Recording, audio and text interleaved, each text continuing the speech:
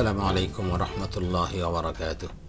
বিসমিল্লাহি ওয়াল হামদুলিল্লাহি ওয়াস সালাতু ওয়াস সালামু আলা রাসূলিল্লাহ ওয়া আলা আলিহি ওয়া আসহাবিহি ওয়া মাওয়ালা ওয়া বা'দ। ফাকাদ ক্বালা আল্লাহু তাআলা ফিত তানজিলিল আজিজ ওয়া ফুরকানিহিল কদীম। আউযু বিল্লাহি মিনাশ শাইতানির রাজীম।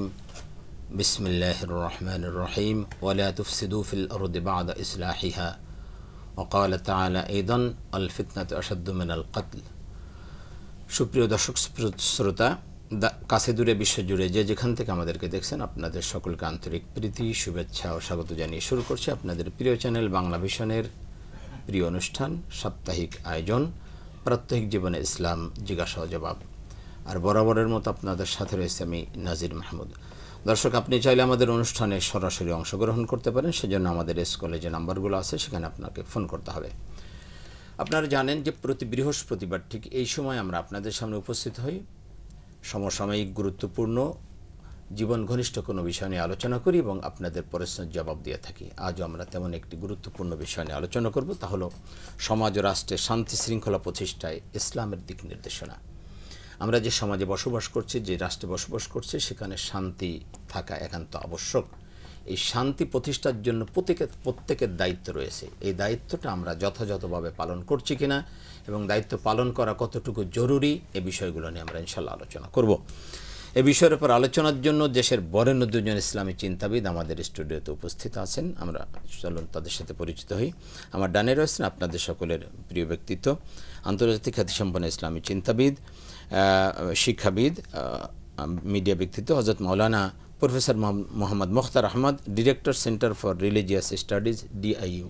আসসালামু আলাইকুম ওয়া রাহমাতুল্লাহি ওয়া বারাকাতুহু। ওয়ালাইকুম আসসালাম ওয়া রাহমাতুল্লাহি ওয়া বারাকাতুহু। আমাদের সাথে আরও রয়েছেন বিশেষ ইসলামী চিন্তাবিদ, মুফাসসিরে কোরআন এবং মিডিয়া ব্যক্তিত্ব হযরত মাওলানা কাজী মারুফ বিল্লাহ, খতিব, পূর্ব গোরান জামে মসজিদ, ঢাকা। আসসালামু আলাইকুম ওয়া রাহমাতুল্লাহি ওয়া বারাকাতুহু। ওয়ালাইকুম আসসালাম ওয়া রাহমাতুল্লাহি ওয়া বারাকাতুহু। জি, আপনারা কেমন আছেন? আলহামদুলিল্লাহ, বারাকাল্লাহু ফিক। মোস্ট ওয়েলকাম আপনাদেরকে। আমি প্রথমে প্রফেসর মুখতার আহমদ আপনার কাছে আসছি। আসলে শান্তি শৃঙ্খলা এইটা ছাড়া তো আসলে একটা সমাজ চলতে পারে না।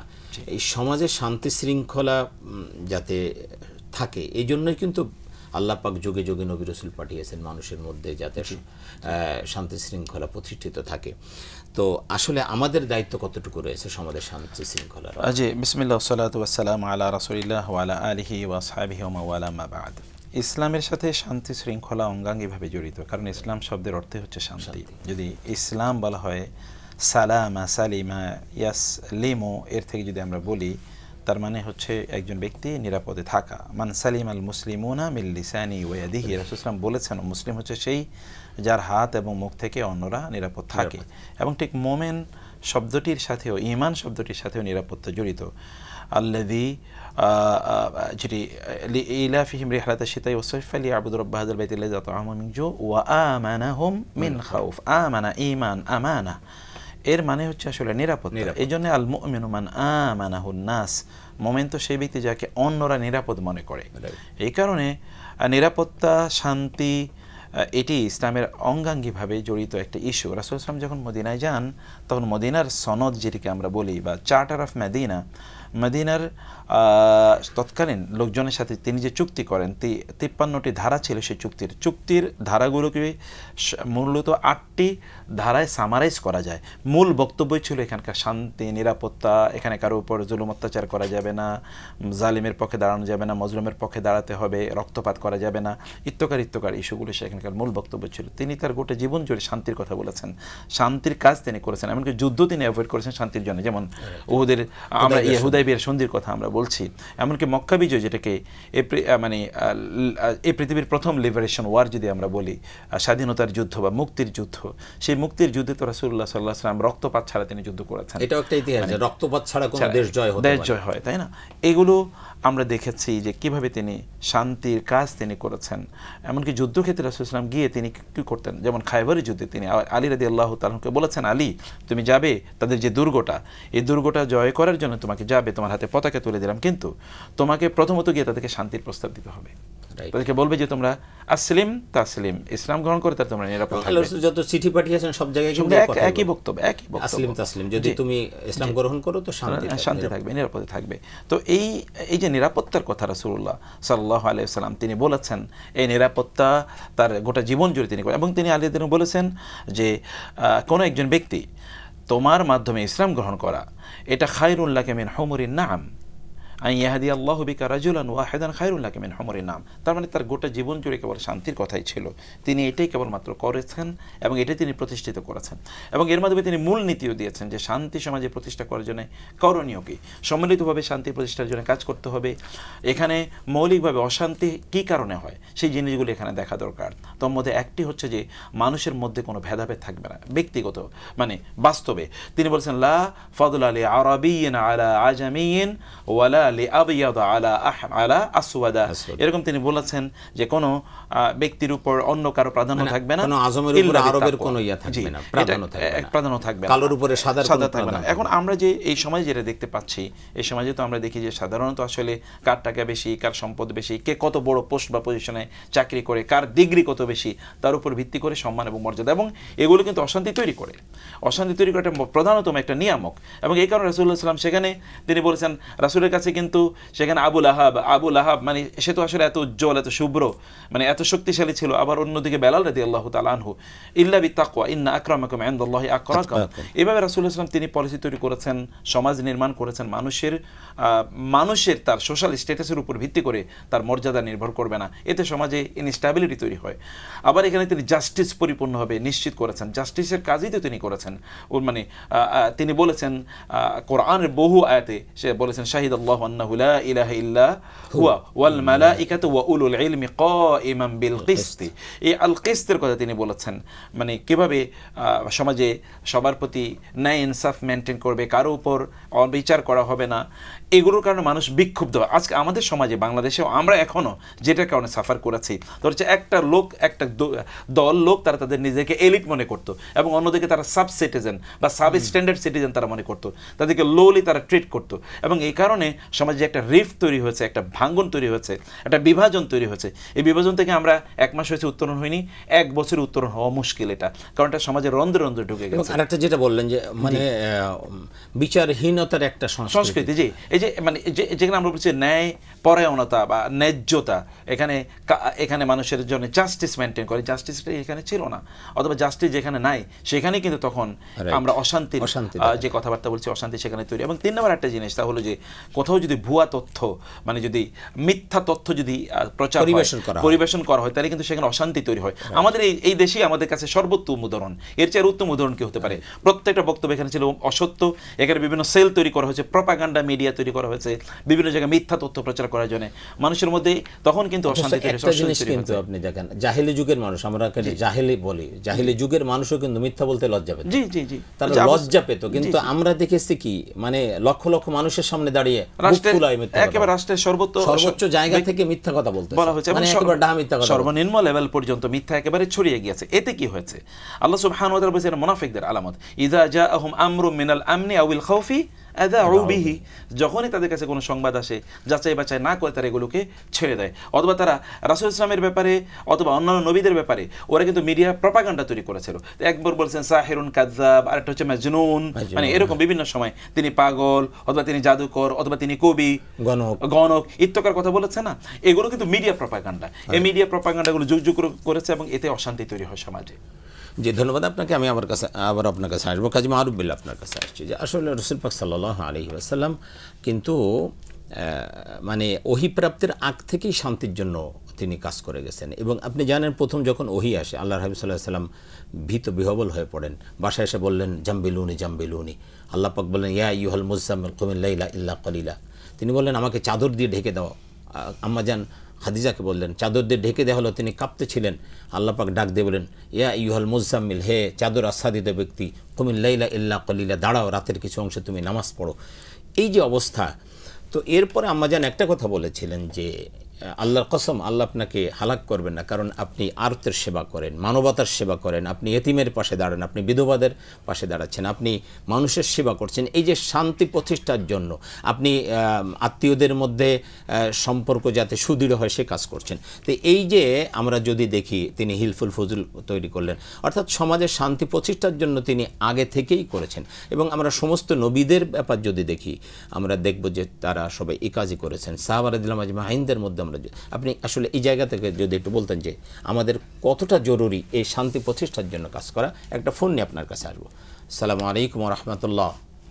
ওয়ালাইকুম সালাম ওয়া রাহমাতুল্লাহি ওয়া বারাকাতুহু। জি, কে বলছেন, কোথা থেকে বলছেন?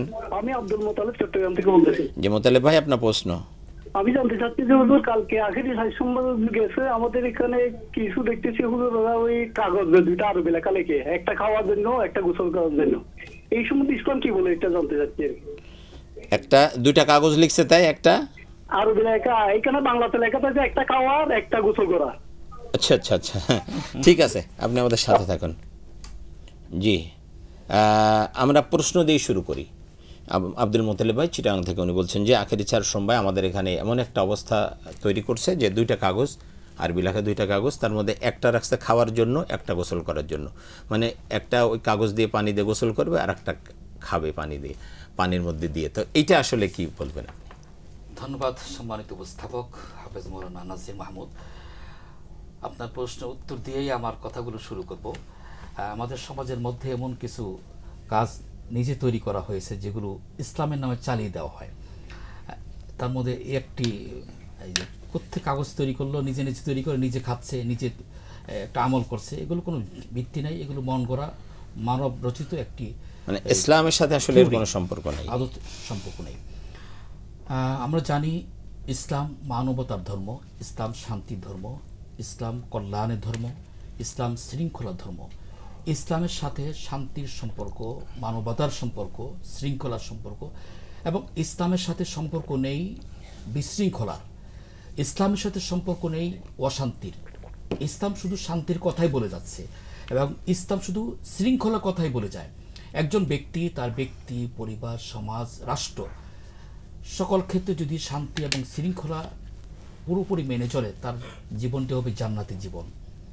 অপরদিকে কোনো ব্যক্তি যদি তার জীবনটি বিশৃঙ্খলভাবে পরিচালনা করে, তাহলে তার জীবনে কোনো মূল্য নাই। সমাজের মধ্যে, ব্যক্তির মধ্যে, পরিবারের মধ্যে সর্বক্ষেত্রে এক অশান্তি বিরাজমান হবে। আপনি যেমনটি বলছিলেন, বিশ্বনবী মুহাম্মদ রাসূলুল্লাহ সাল্লাল্লাহু আলাইহি ওয়াসাল্লাম যখন জিবরাইল আমিন তার কাছে প্রথম ওহী নিয়ে আসলেন এবং তিনি তাকে বললেন আপনি পড়ুন, তিনি বলছেন আমি পড়তে পারি। এক পর্যায়ে তিনি পড়লেন কোরআন কারিমের সূরা আলাকার প্রথম 5টি আয়াত তেলাওয়াত করলেন এবং খাদিজা রাদিয়াল্লাহু তাআলা আনহার কাছে গিয়ে যখন সমস্ত বৃত্তান্ত তুলে ধরলেন, তখন কিছু বিষয় তিনি উল্লেখ করলেন যে আপনি মানবতার কল্যাণ করেন, আপনি মানুষকে অন্ন বস্ত্র দান করেন, একজন ক্ষুধার্ত ব্যক্তিকে আপনি খাবার দান করেন, নিশ্চয়ই আল্লাহ তাআলা আপনার কোনো ক্ষতি সাধন করবেন না। এই যে মানবতার জন্য, কল্যাণের জন্য, মঙ্গলের জন্য, শৃঙ্খলার জন্য বিশ্বনবী মুহাম্মদ সাল্লাল্লাহু আলাইহি ওয়াসাল্লাম তার নবুয়ত প্রাপ্তির আগেই মানুষের কল্যাণ সাধন করেছেন। এটা ইসলামের জন্য, মানবতার জন্য একটি সর্বশ্রেষ্ঠ একটি পাথেয়। আমরা জানি ইতিহাস পর্যালোচনা করলে 500 খ্রিস্টাব্দ থেকে শুরু করে রাসূল সাল্লাল্লাহু আলাইহি ওয়াসাল্লাম পৃথিবীতে আগমন করলেন 570 খ্রিস্টাব্দে। 570 খ্রিস্টাব্দ থেকে শুরু করে 610 খ্রিস্টাব্দ পর্যন্ত, এই যে 40 বছর রাসূল সাল্লাল্লাহু আলাইহি ওয়াসাল্লামের জীবনের, এই 40টি বছর আমরা এই 500 থেকে শুরু করে 610 পর্যন্ত, এই সময়টুকুন আমরা আইমে জাহিলি সমাজ বলি। আপনি যেমনটি বলছিলেন, সেই সমাজের মধ্যে অনেকগুলো ভালো দিক ছিল। মানুষকে আপ্যায়ন করা, একজন অভুক্ত ব্যক্তিকে খাবার প্রদান করা, একজন বুভুক্ষ ব্যক্তিকে তাকে সহযোগিতার হাত বাড়িয়ে দেওয়া, অনেকগুলো ভালো দিক ছিল। কিন্তু আইমে জাহিলিয়াত কেন বলা হয়, মূর্খতার বর্বরতার যুগ কেন বলা হয়? তাদের এমন কিছু দিক ছিল যেগুলো সমাজের মধ্যে বিশৃঙ্খল পরিবেশ সৃষ্টি করত।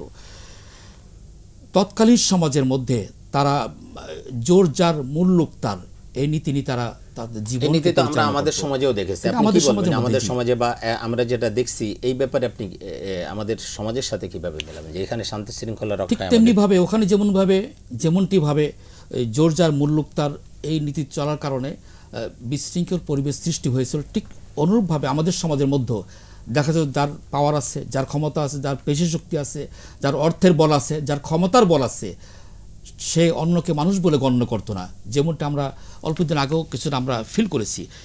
মানুষ যখন তার মূল্যায়ন পাবে না, মানুষ যখন ইনসাফ পাবে না, মানুষ যখন তার অধিকার পাবে না, নিশ্চয় সেখানে মানুষ বিশৃঙ্খল পরিবেশ সৃষ্টি করতে বাধ্য হবে।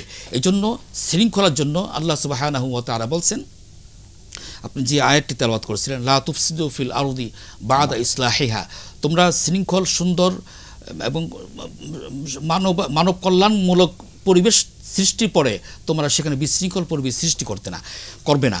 আল্লাহ সুবহানাহু ওয়া তাআলা আপনি দেখুন ফেরেশতাদেরকে বললেন যে আমি এই একটা জাতি সৃষ্টি করতে চাই, ইন্নী জাইলুন ফিল আরদি খলিফা, পৃথিবীর মধ্যে একটি জাতি সৃষ্টি করতে চাই। ফেরেশতারা বলল, দেখুন আপনি কিছুদিন আগে একটি জাতিকে দেখলেন যে তারা কি করলো, আতাজালু ফিহা মা ইউফসিদু ফিহা ওয়া ইয়াসফিকু দিমা, আপনি কি এমন কোন জাতি সৃষ্টি করবেন পুনরায় যারা পৃথিবীর মধ্যে বিশৃঙ্খল পরিবেশ সৃষ্টি করবে, যারা পৃথিবীর মধ্যে রক্তারক্তে মানামানি হানাহানি করে রক্ত প্রবাহিত করবে? আল্লাহ সুবহানাহু ওয়া তাআলা বলেন, দেখো আমি যা জানি তা তোমরা জানো না। মূল কথা হচ্ছে, মাদ্দা কথা হচ্ছে, পৃথিবীর মধ্যে, সমাজের মধ্যে, পরিবারের মধ্যে যখন আপনি কারো অধিকার নষ্ট করতে যাবেন, কারো প্রতি বেইনসাফি করতে যাবেন, তখন সেখানে বিশৃঙ্খল পরিবেশ সৃষ্টি হবে। আপনার কাছে আমি আবার আসবো ইনশাআল্লাহ।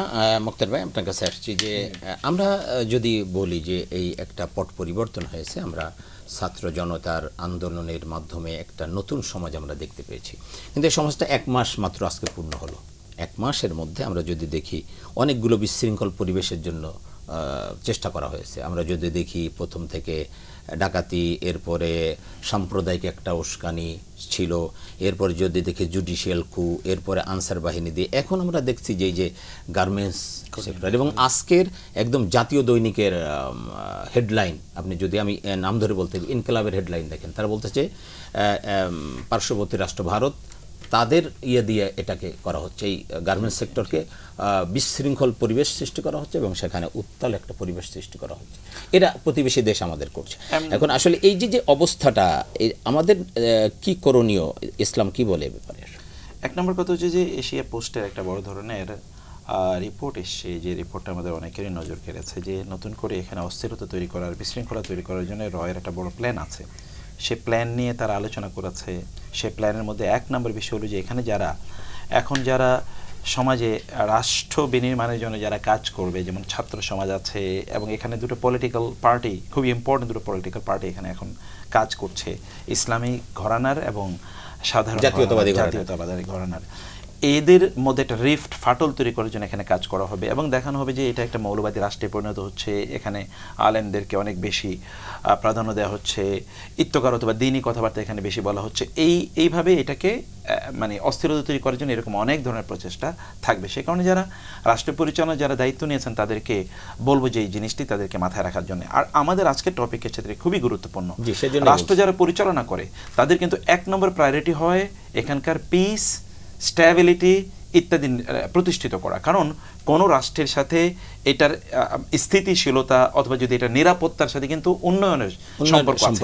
উন্নয়ন, যেই রাষ্ট্র নিরাপদ না এটা কোনোদিনই উন্নত হতে পারে না। যেমন এবার মদিনা রাষ্ট্রের কথা বলি, নিরাপদ রাষ্ট্র হওয়ার কারণে এটা পৃথিবীর সেন্টারে পরিণত হয়েছে। মদিনা মানে কি সিটি অফ দ্য ওয়ার্ল্ড, এই গোটা পৃথিবীর সিটিতে মানে রাজধানীতে পরিণত হয়েছে। সেখানে যদি আপনি যেটা বললেন মদিনা সনদ, যেটা পৃথিবীর ইতিহাসের সর্বপ্রথম লিখিত সংবিধান, এর আগে কিন্তু পৃথিবীতে কোনো লিখিত সংবিধান, সেখানে যে কথাটা বলা হয়েছিল মানে সব কথার মূল কথা যেটা ছিল যে মদিনায় আমরা যারা বসবাস করব যার যার ধর্ম শেষে পালন করবে, কিন্তু মদিনা যদি কোনোভাবে আক্রান্ত হয় তাহলে আমরা সকলে মিলে এই যে শান্তি শৃঙ্খলার জন্য সকলে সম্মিলিতভাবে দেশটাকে রক্ষার জন্য চেষ্টা করা, এই জায়গাটা আসলে আমাদের এটা অত্যন্ত গুরুত্বপূর্ণ একটা বিষয়। এবং এর আগে দেখেন মক্কার কথা বলি, যদি আমরা আল্লাহ তাআলা কোরআনে মক্কার কি বৈশিষ্ট্য বলেছেন, ওয়াহাদাল বালাদিল আমিন, আমিন, নিরাপদ শহর। এবং যেটা সূরা কুরাইশ যেটা আমরা বলছি, এখানে তো কুরাইশদেরকে বলা হয়েছে ফালিয়াবুদু রাব্বা হাযাল বাইত, এই ঘরের রবের তাদের ইবাদত করা উচিত। কারণ কি, ওয়া আমানাহুম মিন খাউফ, তিনি তাদেরকে নিরাপত্তা প্রদান করেছেন।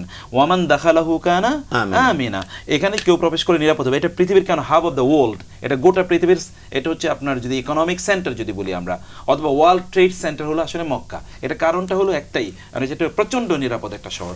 অতএব এখানে যারা এখন বাংলাদেশ এর নতুন নেতৃত্ব যারা গ্রহণ করেছেন তাদেরকে বলবো যে you should make your top most priority মানে creating or maintaining peace and stability in the society, এটা করতে হবে। এবং এই জায়গায় কোনো ধরনের যারাই এটাকে নষ্ট করার জন্য চেষ্টা করবে ওদের প্রতি জিরো টলারেন্স শো করতে হবে। ওইখানে কোনো সিম্পেথি দেখানোর সুযোগ নাই, কারণ এখানে হাজার লক্ষ কোটি কোটি মানুষের এখানে তাদের এক্সপেকটেশন, তাদের নিরাপত্তা, তাদের বেঁচে থাকার ইস্যু এখানে জড়িত। অতএব যারা এটাকে কোনোভাবে এটাকে মানে বিনষ্ট করতে চাইবে তাদেরকে শক্ত হাতে দমন করা দরকার বলে আমরা এটা মনে করি, 1 নম্বর কাজ আমরা বলছি। এবং 2 নম্বর এখানে তাইলে এটা করার উপায় কি? করার উপায় হলো রাসূল ইসলামের প্রদর্শিত পথ এখানে আমাদেরকে গ্রহণ করতে হবে। আর রাসূল ইসলামের প্রদর্শিত পথ এখনকার সমাজ বিজ্ঞানীদের পথ একই পথই, কারণ তার বাইরে তারা যাওয়ার কোনো সুযোগ নেই। এটা কারণ all the great minds think alike, সকল বিদ্বান লোকেরা তারা একরকম করে চিন্তা করে। এখানে আসলে মানুষের মূল্যবোধের শিক্ষা তৈরি করতে হবে। এতদিন আমরা দেখেছি দুর্বৃত্ত কিভাবে তৈরি হয় সেই শিক্ষা দেখেছি, দুর্বৃত্তায়নকে প্রতিষ্ঠা করা হয়েছে, ক্রিমিনালাইজেশন অফ এডুকেশন করা হয়েছে এখানে। নাইলে বিশ্ববিদ্যালয়ের যারা ছাত্র অথবা বিশ্ববিদ্যালয়ের ছাত্র সংগঠনের প্রধানরা তাদের হাতে অস্ত্র থাকে কেন? তারা পড়াশোনা করে না। আমি কিন্তু একটা কথা বলি এই জন্য যে আপনি যে কোনো দল করতে পারেন করেন, সেটা আপনার স্বাধীনতা, কিন্তু আপনি যদি অন্যায়কে অন্যায় বলতে না পারেন তাহলে আপনি তো মানুষের আপনি তো মানুষ থাকলে। এক্স্যাক্টলি। তো এখানে যেটা করতে পারে এখানকার মানে মানুষের তাদেরকে মূল্যবোধের এডুকেশন তাদেরকে দিতে হবে, যেন তাদের মধ্যে মূল্যবোধ তৈরি হয়। এই এডুকেশন তাদেরকে দিতে হবে, কালচার হিসেবে তৈরি করতে হবে। পরকালের জবাবদিহিতা যদি মানুষের মধ্যে না থাকে তাইলে কোনোদিন মানুষ ভালো মানুষ হতে পারে না। সেখানে অন্যের নিরাপত্তা নিতে সে কোনোদিন চিন্তিতই থাকবে না, কারণ সে তখন তার নিজকে নিয়ে কেবলমাত্র চিন্তা করবে। অথবা অন্যের নিরাপত্তার ইস্যু তার মধ্যে তৈরি করতে হয়। কারণ কোনো একজন আল্লাহ রাসূল সাল্লাল্লাহু আলাইহি ওয়াসাল্লাম বলেছেন কোন একজন মুসলিমের জন্য লা ইয়াজুজু লিল মুসলিমিন আন ইউরাওয়া মুসলিমান, একজন মুসলিম অন্য কোনো মুসলমানকে ভয় পর্যন্ত দেখাতে পারে না। মুসলিমরা অন্য কোনো এলাকায় অস্ত্র উঁচিয়ে যাওয়া তার জন্য নিষিদ্ধ। এই জন্য নিষিদ্ধ কারণ কেউ অস্ত্রে কি ভয় পেতে পারে, খোঁচা পেতে পারে। একজন মুসলিম রাসূল সাল্লাল্লাহু আলাইহি ওয়াসাল্লামের সময়ে কোনো একজন মুসলিম আরেকজন মুসলিমের জুতাটা সরিয়ে ফেলেছিল।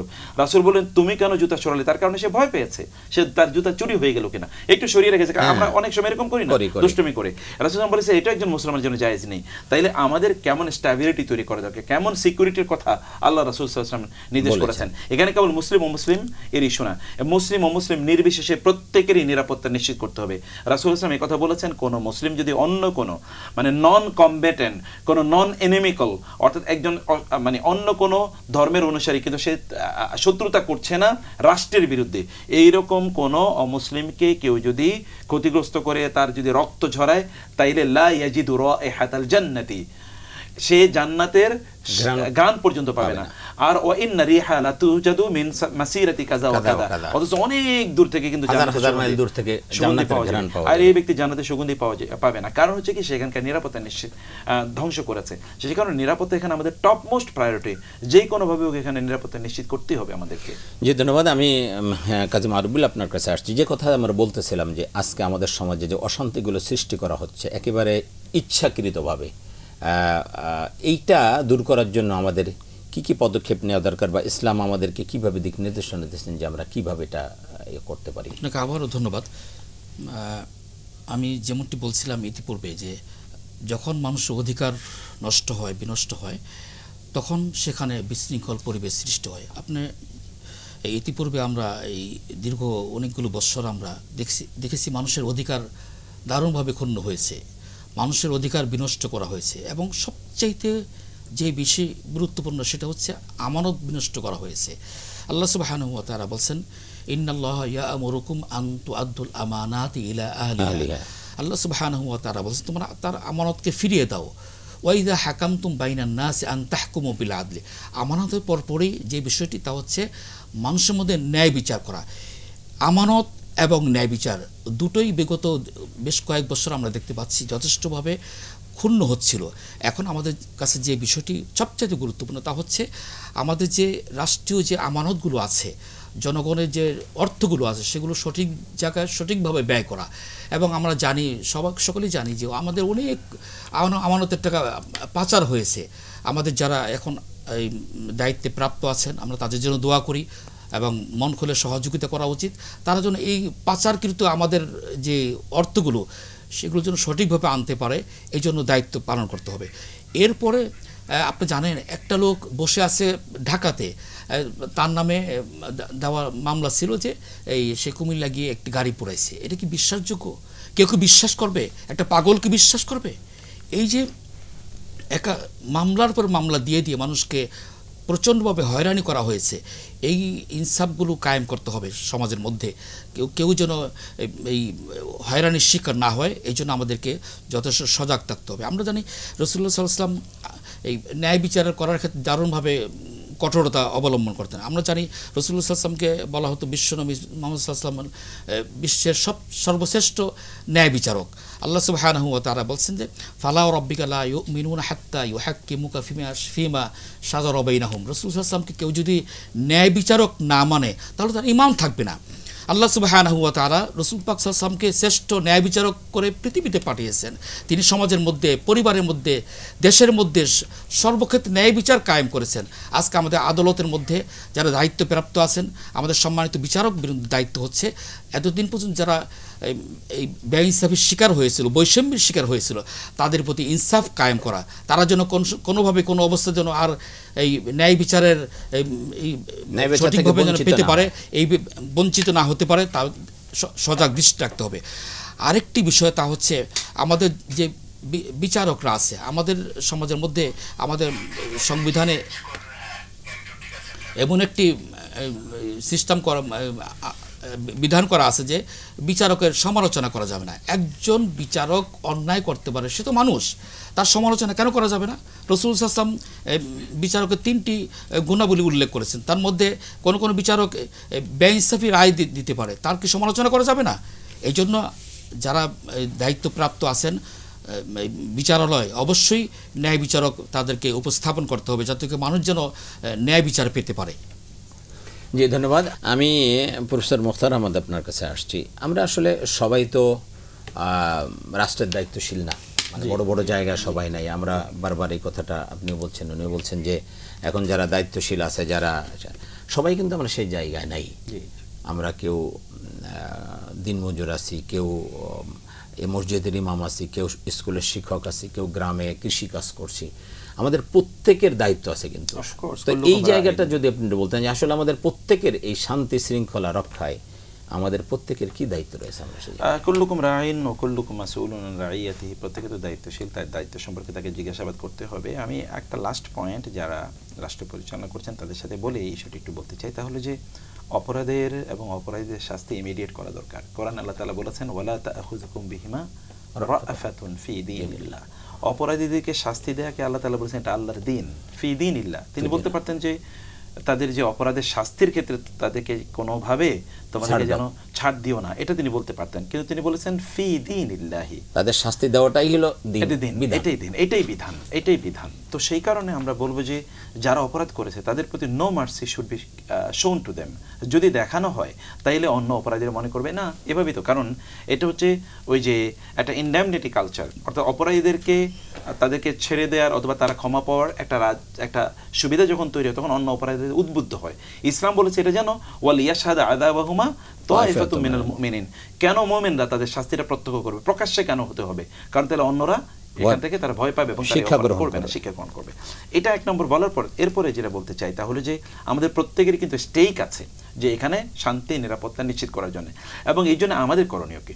আমাদের করণীয় হচ্ছে আমি ব্যক্তিগতভাবে ভালো মানুষ হয়ে যাব, আমার কারণে যেন কোনো শান্তি নিরাপত্তা বিঘ্নিত না হয় এটা আমাকে নিশ্চিত করতে হবে, কারণ প্রত্যেকেই তো দায়িত্বশীল এবং তার দায়িত্ব সম্পর্কে তাকে জিজ্ঞাসাবাদ করা হবে। আমি কি কোনোভাবে মানুষের নিরাপত্তা লঙ্ঘন করেছে কিনা, ক্ষতি করেছে কিনা, এটা আমার কথাবার্তার মাধ্যমে, বডি ল্যাঙ্গুয়েজের মাধ্যমে, আমার আচরণের মাধ্যমে, আমার উচ্চারণের মাধ্যমে, লেখার মাধ্যমে, কথার মাধ্যমে, এই বিভিন্নভাবে আমি এটি করছি কিনা এটি দেখা দরকার। আমাকে ব্যক্তিগতভাবে ভালো মানুষ হওয়া দরকার। এ কারণে আল্লাহ সুবহানাহু ওয়া তাআলা বলেছেন যদি তোমরা ভালো মানুষ হয়ে যাও তাইলে ওরা খারাপ না, এতে তোমাদের ক্ষতিগ্রস্ত হবে না। অতএব তোমরা যদি ভালো হয়ে যাও, ইয়া আইয়ুহাল্লাযীনা আমানু, হে ঈমানদারগণ, যদি তোমরা ভালো হও তাইলে অন্যরা খারাপ হলো কিনা এটা তোমাদেরকে তারা লা ইয়াদুররুকুম মান দাল্লা ইযা তাদাইতুম। তোমরা যদি হেদায়েত থাকো তাহলে অন্যরা পথভ্রষ্ট হলেও তোমাদের ক্ষতি হবে না, তোমরা বেঁচে যাবে। আমরা এখানে আসবো একটা ফোন নিয়ে আসবো। দর্শক আসসালামু আলাইকুম। হ্যালো, আসসালাম, যে কে বলছেন, কোথা থেকে বলছেন? আমি তো ফাজল হাসান দিনাজা থেকে বলছি। জি, আপনার প্রশ্ন? আমার প্রশ্ন হলো, আমি অনেক দিন আগে একটা সংস্থায় চাকরি করতাম। জি। সংস্থা নির্দেশ পালন করতে গিয়ে অনেক সময় ঋণদানকারী সংস্থা, হ্যাঁ, কি সংস্থা? ঋণদানকারী সংস্থায় চাকরি করতাম। জি। তা সংস্থা নিজেদের পালন করতে চাই, জনগণের সাথে অনেক সময় খারাপ ব্যবহার হয়ে গেছে, জুলুম করা হয়ে গেছে। এখন তো তাদের থেকে আমি অনেক দূরে আছি, জি তা তাদের কাছে মাপ পাওয়া সম্ভব নয় এই মুহূর্তে। এই মুহূর্তে আমি কি করতে পারি?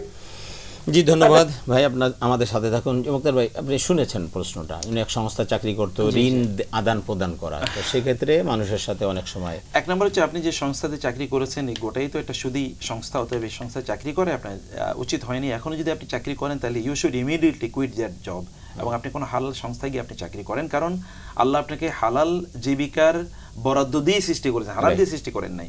আর আপনি হারাম কেন চুজ করবেন? 2 নম্বর বিষয় হলো যাদের উপর অন্যায় করেছেন আপনি, যদি তাদেরকে খুঁজে পাওয়া যায় তাহলে তাদের কাছে ব্যক্তিগতভাবে ক্ষমা চাইতে হবে। যদি তাদেরকে খুঁজে না পাওয়া যায় তাহলে আল্লাহর কাছে আপনার নিজের জন্য ক্ষমা চাইবেন এবং তাদের জন্য কি ক্ষমা চাইবেন, কারণ আল্লাহ তাআলা তার রাসূলকে বলেছেন যে ফাআফু আনহুম ওয়াস্তাগফির লাহুম ওয়াশাউরহুম ফিল আমরি। ফাআফু আনহুম, আপনি তাদেরকে ক্ষমা করে দিন, এরপরে তাদের জন্য আল্লাহর কাছে ক্ষমা আপনি চান। অতএব তাদের কাছে, তাদের জন্য আল্লাহর কাছে আপনি ক্ষমা চাইবেন, তাহলে এটা একটা কম্পেনসেশন তাদের জন্য হবে ইনশাআল্লাহ। আর আপনি তো ক্ষমা চাইবেন ইনশাআল্লাহ আল্লাহর কাছে। জি আল্লাহ কবুল করুক। এবং যেটা আপনি যে সংস্থায় চাকরি করছেন এটা যদি সুদ ভিত্তিক ঋণ হয় তাহলে অবশ্যই এখান থেকে চলে আসতে হবে, কারণ সুদ খুব জঘন্যতম একটি অপরাধ। আল্লাহ পাক কোরআনুল কারিমে কি বলছেন, আমি একটু ইন্টারফেয়ার করব। ইয়া আইয়ুহাল্লাযীনা আমানুত্তাকুল্লাহ ওয়া যারু মা বাকিয়া মিনার রিবা ইন কুনতুম মুমিনিন। হে ঈমানদারগণ, তোমরা তোমাদের কাছে যে সুদের কারবার আছে এটা মানে স্থগিত করে দাও। যদি ঈমান ইন কুনতুম মুমিনিন, যদি তুমি মুমিন হও তাহলে সুদ ছেড়ে দাও। অর্থাৎ একজন মুমিন ব্যক্তি সুদের সাথে সম্পৃক্ত থাকতে পারে না, আর যে সুদের সাথে সম্পৃক্ত থাকে সে মুমিন না। এই আয়াত সেটা বলছে, ইন কুনতুম মুমিনিন, যদি তুমি মুমিন হয় তাহলে সুদ ছেড়ে দাও। ফাইল্লাম তাফআলু ফাআযানু বিহারবিন মিনাল্লাহি ওয়া রাসূলিহি। এটা শোনার পরেও যদি তুমি সুদের সাথে থাকো, সুদের কোনো কারবারের সাথে থাকো, তাহলে আল্লাহ এবং তার রাসূলের সাথে যুদ্ধ করার জন্য প্রস্তুত হও। সুতরাং ভাই, যারা এই ধরনের সুদ ভিত্তিক কোনো কাজের সাথে আছেন খুব দ্রুত এটাকে ছেড়ে দেন। লাআনা রাসূলুল্লাহ সাল্লাল্লাহু আলাইহি ওয়াসাল্লাম আকালা রিবা ওয়া মুকিলাহু ওয়া কাতিবাহু ওয়া শাহিদাইহিম ওয়া ক্বালাহুম সাওয়া। বলছেন যে সুদ খায়, যে সুদ দেয়, সুদের লেখক, সুদের সাক্ষী, সবাই সমান অপরাধী, সবার উপর আল্লাহ এবং তার রাসূল লানত করেছেন, অভিশাপ দিয়েছেন। সুতরাং এর থেকে দূরে থাকা আমাদের জন্য একান্ত আবশ্যক। যে আলোচনায় আমরা ছিলাম যে সমাজের প্রতিটি মানুষের দায়িত্ব রয়েছে, যে যেখানে আছে, একজন যে ডেইলি লিভার, যে রিক্সা চালাচ্ছে, ভ্যান চালাচ্ছে, যে ঠেলাগাড়ি চালাচ্ছে, রাজমিস্ত্রি, প্রত্যেকের দায়িত্ব রয়েছে সমাজে শান্তি শৃঙ্খলা। প্রত্যেকের, এমনকি যে যারা আপনি তার সাথে যারা এই যে বাসে যারা ড্রাইভিং করছেন, মানে হেল্পার আছে, ড্রাইভার আছে, এদের প্রত্যেকে নিরাপত্তার ইস্যু আছে না, শান্তির ইস্যু আছে না। তিনি কি যত্র গাড়ি তিনি করতে পারেন, থামাতে পারেন? তিনি কি যেখানে ইচ্ছা হর্ন তিনি বাজাতে পারেন? তিনি কি ওভার স্পিড দিয়ে তিনি গাড়ি চালাতে পারেন? কোনটাই করতে পারেন না। এমন যারা পুলিশ অফিসারের কথা বলছি, তার যে দায়িত্ব এটা তিনি পালন করতে হবে। মানুষের উপর অন্যায় জুলুম করা, অত্যাচার করা, এটা কি তার জন্য জায়েজ? কোথাও জায়েজ না। এবার প্রত্যেকটা জায়গায় শিক্ষকদের কাজ কি? শিক্ষকরা কি তারা কেবলমাত্র ওই পুঁথিগত বইয়ে কি আছে এটাই পড়াবে? তারা কি মূল্যবোধ শেখাবে না মানুষকে? যারা শিক্ষক তাদের দায় আছে, এখানে সিলেবাসে কি আছে তার বাইরেও তাদের তো দায় আছে এদিকে মানুষ করা, মানুষ হিসেবে তাদেরকে তৈরি করার জন্য তাদেরকে নৈতিকতা শেখানো, এটা শিক্ষকদের দায়িত্ব আছে। তারা এই কথা বলতে হবে ক্লাসে। এটা যারা মাদ্রাসায় পড়ে তাদের জন্য একই কথা প্রযোজ্য। কেবলমাত্র তারা ওইখানকার যে টেক্সট এই কথাই বলবেন না, তার বাইরেও তারা এই কথাবার্তা বলবেন। রাসূল সাল্লাল্লাহু আলাইহি ওয়াসাল্লাম কি করেছেন, সাহাবায়ে কেরামরা কি করেছেন, সালাফরা তারা কি করেছেন, এগুলো তাদেরকে শেখানো দরকার বা এগুলো তাদেরকে জানানো দরকার। জি ধন্যবাদ। আবারও আমি সময় পেলে আপনার কাছে আসবো। কাজী মারুফ বিল্লাহ, আমরা আজকে খুবই গুরুত্বপূর্ণ একটি বিষয় নিয়ে আলোচনা করছি। আমাদের দেশ অশান্ত করার জন্য অনেক চক্রান্ত চলছে। আসলে একটা মানে মাত্র 1 মাস হয়েছে, আজকে যারা ছাত্রগণ আন্দোলনে ছিল তারা একটা নতুন, আপনি জানেন আজকে আমাদের টিএসসিতে শহীদ মিনারে তারা একটা করছে। তো এই যে মাত্র 1 মাস বয়স একটা সরকার, তাকে বিভ্রান্ত করার জন্য, তাকে বেকায়দায় ফেলানোর জন্য চতুর্দিক দিয়ে অশান্তির সৃষ্টি করার চেষ্টা করা হচ্ছে। আপনি কি বলবেন যে আসলে এখানে আমরা প্রত্যেকটা নাগরিক কিভাবে এটার এর থেকে উত্তরণ পেতে পারি? আপনাকে আবারও ধন্যবাদ। আমরা গত মাসের আগস্টের 5 তারিখে, আজকে 5 তারিখ তো সেপ্টেম্বরের, আগস্টের 5 তারিখে এই দিনটার কথা স্মরণ করলে আমরা খুব আবেগতাড়িত হয়ে যাই। কারণ এমন একটি দিন আসবে আমরা নিজেরাও কল্পনা করতে পারিনি।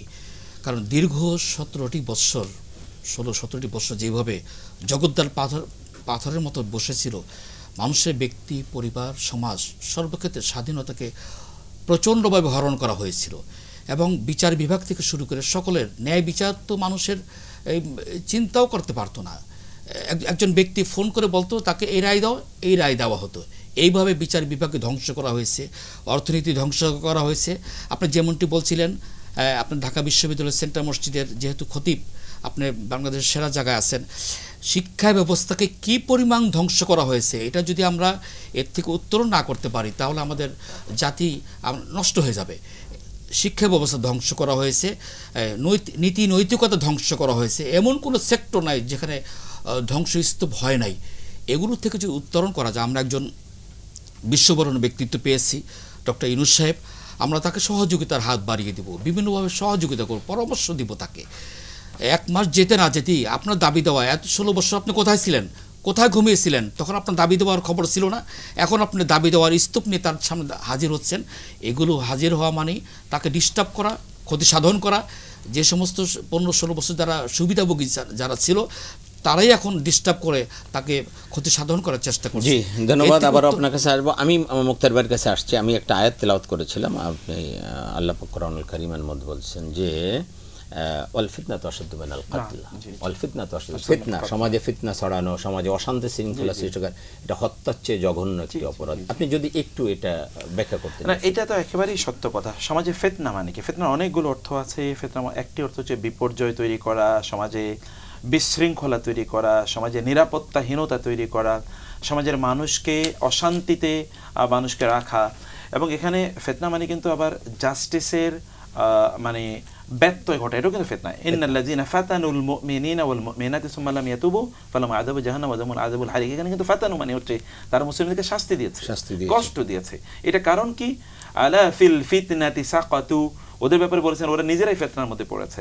মানে তারা নিজেরাই আসলে কনফিউশনের মধ্যে আছে, তারা নিজেরাই আসলে সত্য বিমুখ, এই সকল কথা কোরআন আল্লাহ তাআলা বলেছেন। অতএব এই যে ফিতনা, এই চারিদিকে এই যে ফিতনার মহামারী আমরা যেটা দেখতে পাই, এটাকে হত্যার চেয়ে জঘন্য বলা হয়, ভয়াবহ জঘন্য বলা হয়। কারণ আমরা যদি মানুষকে হত্যা করি, তাহলে একজন মানুষকে হত্যা করব, কিন্তু যদি ফিতনা ছড়ায় তাহলে কি কোটি মানুষের মধ্যে গোটা মানব জাতি অথবা কোনো গোটা রাষ্ট্র, এর কারণে গোটা সমাজ, একটা দেশ এর মাধ্যমে কিন্তু অশান্তিতে পড়ে, বিপর্যয়ের মধ্যে পড়ে। গোটা একটা রাষ্ট্রের যত লোক আছে, তাদের শিশু, তাদের নারী, তাদের বৃদ্ধ, যাদের কোনো স্টেক নাই বা পার্টিসিপেশন নাই, তারাও কিন্তু এর মধ্যে ক্ষতিগ্রস্ত হতে পারে। সেই কারণে যে সকল লোকেরা নন কম্বেটেন্ট অথবা যারা নন পার্টিসিপেন্ট, যারা এর সাথে তাদের কোনো সম্পর্ক নাই, এই জাতীয় ব্যক্তিরাও ক্ষতিগ্রস্ত হতে পারে যদি ফিতনা কোথাও ছড়ায়। যদি কোথাও মানে বিপর্যয় যদি তৈরি হয়, চুরি ডাকাতি যদি তৈরি হয়, তাহলে সেখানে মানে ইন্নাল মুলুকা ইযা দাখালু ক্বরিয়াতান আফসাদুহা ওয়া জাআলু আইজ্জাতা আহলিহা আদিল্লা ওয়া কাযালিকা ইয়াফআলুন। কেউ যদি কোনো স্বৈরাচার যদি কোথাও আসে, তাহলে সেখানে ভালো মানুষরা সর্বদাই তারা লাঞ্ছিত হয়। ভালো মানুষ যদি লাঞ্ছিত হয়, তাহলে সেখানে উঠে কারা? তারা দুর্বৃত্ত যারা, তখন তারা সমাজ পরিচালনা করে, প্রত্যেকে তখন ক্ষতিগ্রস্ত হয়। তখন ওইখানে কে ভালো আর কে মন্দ এটা হয় না, তখন প্রত্যেকে ক্ষতিগ্রস্ত হয়, গোটা সমাজটা তখন একটা খারাপ সমাজে পরিণত হয়। সেই কারণে ফিতনাকে আল্লাহ সুবহানাহু ওয়া তাআলা বলেছেন এটি আসলে একজন মানুষকে হত্যার চেয়ে অনেক অনেক ভয়ঙ্কর। একজন মানুষকে হত্যা করলে একটা পরিবার ক্ষতিগ্রস্ত হলো, কিন্তু যখন একটা ফিতনা যখন ছড়িয়ে পড়ে, মানে যেটা আমরা বিপর্যয়ের কথা বলছি, অথবা যদি আমরা এর বলি যে এখানে রাজনীতির কথা বলি, অপসংস্কৃতির কথা বলি, অথবা যদি আমরা লেক অফ জাস্টিসের কথা বলি, এখানে আমরা দুর্নীতির কথা বলি, তাহলে গোটা জাতি অথবা গোটা সমাজ তখন ক্ষতিগ্রস্ত। যেমনি আমরা সকলে এখন ক্ষতির মধ্যে আছি। কিছু ফিতনা আছে একদম সাদৃশ্য, আর কিছু ফিতনা আছে অদৃশ্যভাবে আমরা দেখতে পাই। অদৃশ্য ফিতনা তো যেমন আমরা যদি যেটাকে বলি যদি দিনহীনতা, এর মধ্যে তো অদৃশ্য ফিতনা, যেখানে দিন নাই, দিনের কথা নাই, দিনের আচরণ নাই, অথবা দিনের মানে মূল্যবোধ যেখানে নাই, এটা তো আসলে অদৃশ্য ফিতনা। আমরাও তো দেখতে পাচ্ছি না, কিন্তু মানুষের যেমন বিশ্ববিদ্যালয়গুলোতে যেটা হয়েছে এত বছর পর্যন্ত যা হয়েছে, বিশ্ববিদ্যালয়ে দিনের কথা কোনো বলা যেত না। ঢাকা বিশ্ববিদ্যালয়, যে বিশ্ববিদ্যালয় তৈরি হয়েছে মুসলমানদের জন্য, সেই বিশ্ববিদ্যালয়ে কোরআন তেলাওয়াত করা যেত না, সেখানে ইসলামের নামে কোনো প্রোগ্রাম আয়োজন করা যেত না, সেখানে অন্য সব কিছু ডামাডোল পিটিয়ে সেগুলো চলা হতো, কিন্তু এটাই কেবলমাত্র আয়োজন করা যেত না। তোর মূল্যবোধ শিখবে কোথায়? মূল্যবোধ তো পৃথিবীর সকল ধর্ম মূল্যবোধের কথা বলে, কেউ একটু বেশি বলে, কেউ একটু কম বলে, কারো মূল্যবোধের মধ্যে কিছু ত্রুটি আছে যেমন অন্যান্য ধর্ম, কিন্তু ইসলাম তো কেবলই মূল্যবোধের কথা বলে। অতএব মূল্যবোধের কথা বলার যদি কোনো জায়গা না থাকে, যেখানে ভালো মানুষ হিসেবে তৈরি করার আলোচনা যদি সেখানে না থাকে, তাহলে প্রচ্ছন্নভাবে মানুষ সব দুর্বৃত্ত হয়ে যাবে। আমরা শুধু ইউনিভার্সিটি কেন বলবো, আমরা যদি বর্তমান অবস্থা দেখি, তাহলে একদম প্লে থেকে শুরু করে একজন ছেলে মাস্টার ডিগ্রি পাশ করে যাবে, সে কিন্তু ইসলামের কিছুই শিখতে পারবে না, সিলেবাসটা এভাবে করা। জি, এভাবে। এবং আরেকটা জিনিস আমি শুধু বলি, সাংস্কৃতিক কর্মীদের কাজ কি ছিল?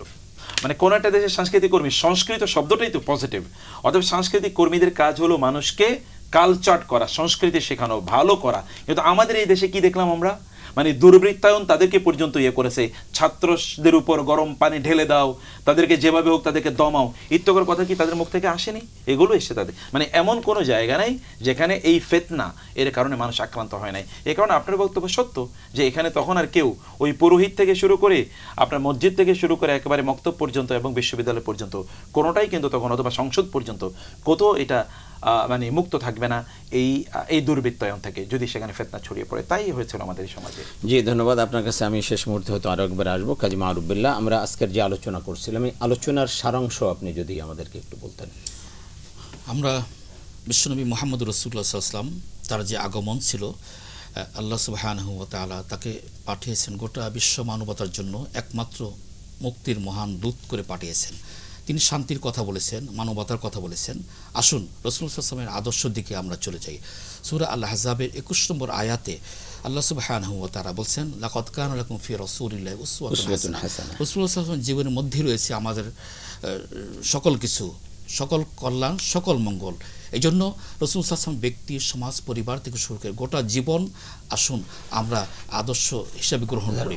আল্লাহ রাব্বুল আলামিন বলছেন, মা আতাকুমুর রাসূল ফাখুযু। জি আপনাকে ধন্যবাদ। আমি আসলে আর সময় দিতে পারছি না, আপনি যদি 30 সেকেন্ডের মধ্যে। আমি বলবো সবাইকে বলবো, বিশেষ করে গোটা রাষ্ট্র যারা পরিচালনা করে তাদেরকে বলবো যে 1 নম্বরে যে বৈষম্যের কথা বলেছে, বৈষম্য বিরোধী কোন অবস্থা যেন বৈষম্য না থাকে, এটা নিশ্চিত করতে হবে।